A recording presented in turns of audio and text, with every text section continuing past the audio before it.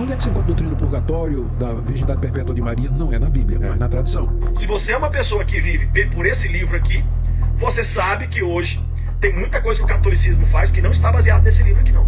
E aí, você já ouviu algumas dessas perguntas aí? Qual delas que você já foi perguntado por algum irmão protestante e você não soube responder? Comenta aqui nos comentários que eu vou pegar essas dúvidas suas e vou fazer um vídeo só sobre elas. A gente vai ter uma sequência do onde está na Bíblia, onde é que está escrito na Bíblia, para você realmente saber responder essas perguntas. Mas eu quero começar te fazendo uma pergunta. Quantos católicos que você conhece que realmente estudam a fé? E o vídeo de hoje é o seguinte, eu vou te dar 10 motivos do porquê estudar a sua fé, por que isso é importante. E eu tenho certeza que se você ficar até o final, você vai começar a mudar a sua prática, a sua vida de oração, começar a estudar mais as escrituras, o catecismo da igreja, a vida dos santos, enfim. Fique até o final, mas já deixa um comentário aí de alguma dúvida que você tenha. Os católicos são idólatras. Maria não é virgem.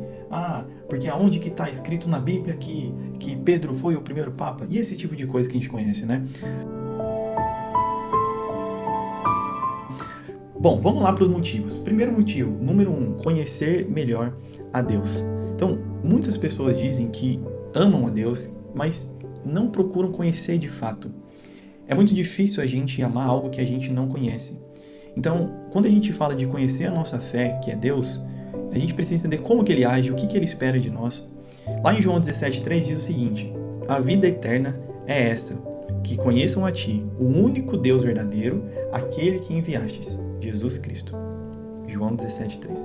No Catecismo da Igreja Católica, no parágrafo 27, diz assim: o desejo de Deus está inscrito no coração do homem, porque o homem foi criado por Deus e para Deus. Ou seja, eu e você, antes mesmo deste mundo, Deus já tinha sonhado com a gente. Antes que do seu ventre fosse tirados, eu já tinha te designado profeta das nações. Deus falou isso para Jeremias.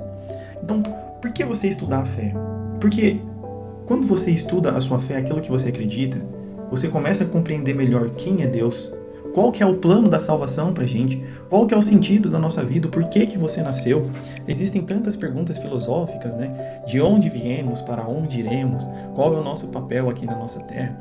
E quando você começa a estudar, você começa a entender esse plano da salvação que Deus tem pra gente.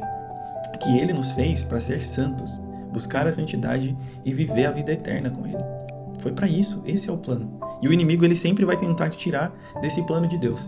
E esse é um dos motivos por eu ter começado a criar esse projeto de evangelização aqui no YouTube, fazer realmente uma revolução digital para que mais jovens, para que a igreja comece a ser uma igreja que realmente entenda da fé, fortaleça a fé cada vez mais. Segundo motivo, fortalecer a fé. A fé é algo como se fosse um exercício físico. A fé você precisa alimentar. Você precisa alimentar a sua fé, senão ela acaba se tornando fraca. Então, quando você estuda a sua fé, você fortalece não só a sua fé, mas também a sua convicção daquilo que você acredita, daquilo que você segue. Em Romanos 10,17 diz o seguinte: a fé vem pela pregação, e a pregação pela palavra de Cristo. Ou seja, as pessoas elas vão ter fé se a gente pregar. Então, o que eu estou fazendo aqui agora é, querendo ou não, uma pregação, falando, evangelizando, para as pessoas ouvirem. Não tem como as pessoas se converterem se elas não escutarem a palavra de Jesus.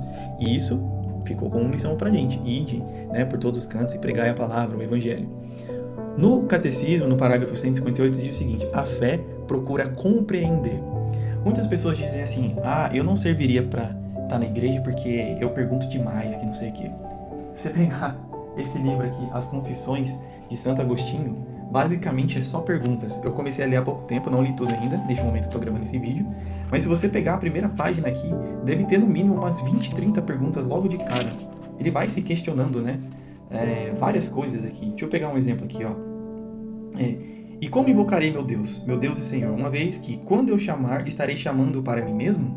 Que espaço há dentro de mim onde meu Deus pode entrar em mim?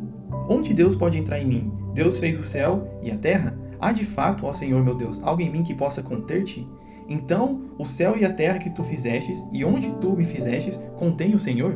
E por aí vai, ele vai perguntando, vai se questionando. E esse questionamento é normal, porque você quer entender. Só que quando a gente não procura isso, a nossa fé vai enfraquecendo. E quando vem essas questões, que eu mostrei no começo do vídeo, fica mais difícil. Você até acredita, mas você não sabe explicar. E o propósito disso daqui é para você realmente fortalecer a sua fé. Terceiro motivo, evitar ser enganado. Hoje existem muitas interpretações erradas da Bíblia, tá? E isso foi confiado ao magistério da igreja. No Catecismo, no parágrafo 85, diz o seguinte: o encargo de interpretar autenticamente a palavra de Deus foi confiado ao magistério da igreja. Que igreja? A igreja de Cristo, a igreja católica apostólica romana. Lá em Efésios 4:14 fala o seguinte: para que não sejamos como crianças levadas por todo o vento de doutrina. Isso é o que mais acontece. Não sei se você sabe, mas hoje tem registrado mais de 50 mil denominações protestantes no Brasil e pelo mundo todo. No Brasil, se eu não me engano, são mais de 30 mil. Algo assim, não sei os números exatos. Ou seja, o que acontece? É muito comum e eu já vi isso acontecer perto de mim. Você está numa igreja, você não concorda com aquela opinião, você vai para outra igreja. Você não concorda com alguma coisa, vai para outra. Até você começar a criar a sua própria igreja, ter a sua própria interpretação. E por que isso não se sustenta? Porque as igrejas abrem e fecham, como se fosse um bar, uma loja. Qual que é a única igreja que permanece de pé? A igreja católica, porque é a igreja de Cristo. E Jesus Cristo já dizia: as portas do inferno não prevalecerão contra a sua igreja, contra a minha igreja. Quando você não tem a sua fé enraizada, você não tem o conhecimento, você pode ser enganado por isso. E é muito comum, porque do outro lado vai te chamar para um lugarzinho com ar-condicionado, um negocinho aconchegante, você vai parecer mais um show do que qualquer outra coisa. Então, é muito fácil você cair nisso. Por isso que a igreja, ela tem os 3 pilares, que é a Sagrada Escritura, Sagrado Magistério e a Sagrada Tradição. Lembre-se, nem tudo está na Bíblia. Imagina, a Bíblia seria uma enciclopédia. Muitas coisas antigamente eram passadas oralmente. Você faz isso com seus filhos também, não é? A gente aprendeu muita coisa dessa maneira. Quarto motivo, aproxima da palavra de Deus. Então, quando a gente estuda a fé, naturalmente a gente vai ser levado à Bíblia. Porque aonde você vai procurar? Na Bíblia. Então, em 2 Timóteo 3,16 diz o seguinte: toda a Escritura é inspirada por Deus e útil para ensinar. Então, tudo que está aqui foi inspirado por Deus. E no Catecismo, no parágrafo 131, diz o seguinte: a Sagrada Escritura deve ser a alma da teologia. Ou seja, está aqui, a sua fé vai te levar para isso. A igreja sempre colocou a Bíblia no centro da vida, da nossa vida cristã, sempre. Então, quanto mais você estuda a palavra, mais você se aproxima de Deus. Quanto mais você estuda, mais você se aproxima de Deus. Quinto motivo para você estudar mais, né? Aprofunda a oração. Então, quando a gente entende melhor a nossa fé, a nossa oração muda, ela se torna mais consciente, a maneira como a gente fala com Jesus Cristo é algo mais fundamentado. Parece que Jesus se torna cada vez mais nosso amigo, sabe? Vai criando essa intimidade. Pensa quando você começou a namorar. Você não tinha tanta intimidade, você falava uma coisa ou outra. Conforme vai passando o tempo, você vai se aproximando, tendo cada vez mais encontros, você aumenta sua intimidade. Então, a oração, ela nada mais é do que encontros com Deus. E Ele está o tempo todo se deixando chegar. Então, é só você chegar e falar: Deus, estou aqui, quero conversar com o Senhor. O encontro. Segunda oração, segundo encontro. E assim são vários encontros. Então, a cada encontro é uma maneira de você aprofundar. Claro que você precisa estar com o coração aberto, mas em Mateus 6,6 diz o seguinte: quando orares, entra no teu quarto e ora ao teu Pai em segredo. Né? Então, é isso, você se aproximar de Deus, né? Você vai se aprofundar nessa oração. E aí, no Catecismo, no parágrafo 25,65, diz o seguinte: a oração é a elevação da alma a Deus. Então, eu estou fazendo esse paralelo para ficar mais fácil de você entender que a cada encontro, a cada oração, você se aproxima mais de Deus. A cada vez que você abre a Bíblia, você lê, medita a palavra de Deus e coloca em prática, você vai se tornando cada vez mais íntimo. E aí é o seguinte, isso aqui é um ponto muito importante, porque a gente sabe que esse aprofundamento, quando você conhece a fé, você entende melhor o que Deus quer, você vai na missa, você olha e participa da missa diferente, você entende os sacramentos, você entende o sentido da oração. Isso transforma a sua vida espiritual de uma maneira inigualável, inimaginável. Porque uma coisa é você entrar numa missa e não entender os ritos. E outra coisa é você entrar e saber, cara, o corpo e o sangue de Cristo está ali, eu vou comungar Jesus, ele vai fazer parte de mim. Então, quando você tem esse entendimento, você entende esses mistérios, aquilo que a igreja ensina, que Cristo ensina, você vai olhar de uma maneira diferente. É impossível você se tornar a mesma pessoa. Sexto motivo, obviamente que você vai te ajudar a defender a sua fé. Né? Se você for pego por essas questões, né, já deixa aqui qual questão que você colocou, se você não colocou ainda, deixa. Sobre imagens, muitos católicos não sabem explicar sobre imagens, sobre as questões de Maria, dos santos, da Eucaristia, porque para os nossos irmãos protestantes, eles acham que aquilo só representa o corpo de Cristo, mas não. E aquilo é o corpo de Cristo, o sangue de Cristo. A Eucaristia é o que o padre Paulo Ricardo até falou assim, bom, as igrejas evangélicas têm ali, né, ar-condicionado, parece um show, essas coisas, mas ali são só paredes. Mas a paróquia mais simples, que tem mais calor, tem um ventiladorzinho ali, mas tem a sacristia, ela tem Jesus Cristo, um corpo, alma, divindade, é o corpo e o sangue de Cristo. Tem aquilo dentro da igreja, você entende essa diferença? É Jesus que está ali dentro. Então, isso é importante para você defender a sua fé, sim. Não estou falando de brigar, mas você entender, porque se vier essas questões você vai saber falar. Então, você estudar a fé permite responder com caridade e verdade. Em primeira Carta de Pedro 3,15 diz o seguinte: estejam sempre preparados para dar razão da esperança que há em vós. E no Catecismo, no parágrafo 857, diz o seguinte: a igreja é apostólica porque está fundada sobre os apóstolos. Então, veio de Cristo, os apóstolos vieram até os tempos de hoje. A gente tem o Papa Leão XIV atualmente como sucessor de Pedro, e os bispos são os sucessores dos apóstolos. Então, assim, quando a gente conhece a nossa fé, a gente consegue explicar com mais serenidade naquilo que a gente acredita e não se deixa abalar, porque o maior perigo é a dúvida. Porque quando você está em dúvida, você começa, será que... Então, por isso que é importante. 7º, revela a riqueza da igreja. A igreja católica, ela tem uma tradição espiritual gigante, com santos, teólogos, os mártires. Em Hebreus 12:1 diz o seguinte: estamos rodeados por uma nuvem de testemunhas, ou seja, tem testemunho por todos os lados daquilo que Cristo veio fazer, daquilo que os apóstolos estavam fazendo e foi transmitindo isso. No Catecismo, no parágrafo 688, diz: a igreja é o lugar onde floresce o Espírito Santo. A igreja é o lugar onde floresce o Espírito Santo. Então, quando a gente estuda a nossa fé, a gente naturalmente vai estudar mais a vida dos santos, conhece a vida dos santos, a história da igreja, a profundidade da teologia. E aqui, ó, cadê? Esse livro aqui de São Francisco de Assis, que eu sou bastante devoto, tem uma imagem também. Ou seja, isso é um aprofundamento na sua fé para você realmente entender a riqueza que é a igreja. 8º, e muito, muito, muito importante, fortalece a vida moral.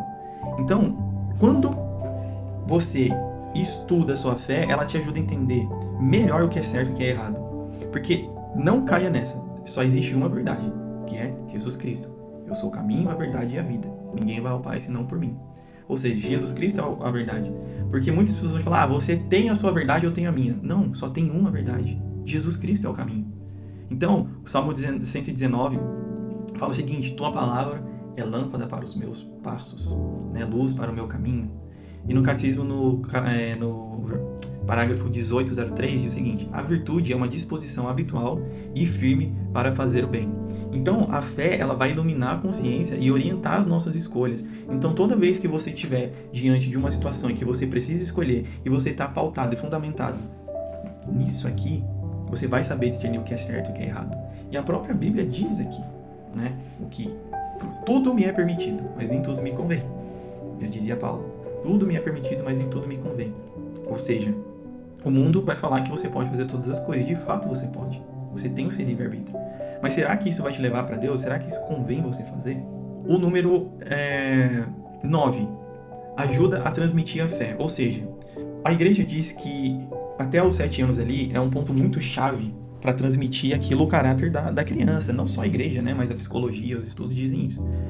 Quando você tem isso fundamentado, você vai saber ensinar os seus filhos. Só que se você não souber, como que você vai fazer? Em Deuteronômio 6, do capítulo 6, versículo 6 a 7, diz: ensinarás estas palavras aos teus filhos. E no Catecismo, no parágrafo 22 e 26, diz: a educação na fé pelos pais deve começar desde a primeira infância. A família é a primeira escola de fé. Só que se você não estiver preparado, se você não souber responder as perguntas, se você não souber ensinar os seus filhos, o mundo vai ensinar. E obviamente que vai ensinar errado. E obviamente que não vai ensinar o caminho de Deus, porque é o mundo. Então esse papel é seu pai, você que é mãe, passar isso para os seus filhos. Então, uma vez que você entende isso, você passa de uma maneira melhor. E por fim, o 10º, leva à santidade. O objetivo final não é só conhecimento, é transformação. Em Romanos 12:2 diz o seguinte: transformai-vos pela renovação da mente. E o Catecismo, no parágrafo 2013, 2013, diz: todos os fiéis são chamados à plenitude da vida cristã e à perfeição da caridade. Levar a santidade é aquilo que Deus pediu para nós. Nós somos feitos para ser santos, buscar a santidade e viver a vida eterna com Jesus Cristo. Estudar a fé vai te levar à conversão, à oração, à santidade. Então, se você ama a fé católica, escreve aqui: eu amo a Igreja Católica. Eu amo a Igreja Católica. E faz o seguinte, se você chegou até o final desse vídeo, lembre-se sempre, a fé católica ela não é só uma tradição que a gente recebe dos nossos pais. Ela é um tesouro que a igreja guardou por mais de 2000 anos. A tradição está aí. Então, quando você começa a estudar a sua fé, algo vai mudar dentro de você. Então, você passa a entender melhor a palavra de Deus, a beleza da igreja, o caminho que Cristo deixou para nós. Por isso que eu quero te fazer um convite a partir desse vídeo. Não seja um católico somente de tradição. Seja um católico que conhece, ama, vive a sua fé, que busca conhecimento. Tem muita coisa pra gente aprender. Eu estou aprendendo. Inclusive, todas essas pesquisas que eu fiz aqui antes de trazer é embasado na palavra, no catecismo, naquilo que a igreja diz. Porque eu não vou soltar uma informação aqui aleatória e mentirosa. Né? Então entenda isso. Quanto mais você conhece a Deus, mais você ama a Deus. E entender da sua fé é um dos caminhos. Deixa aqui nos comentários: eu amo a Igreja Católica. E deixa aqui qual dúvida que você não soube responder que te fizeram.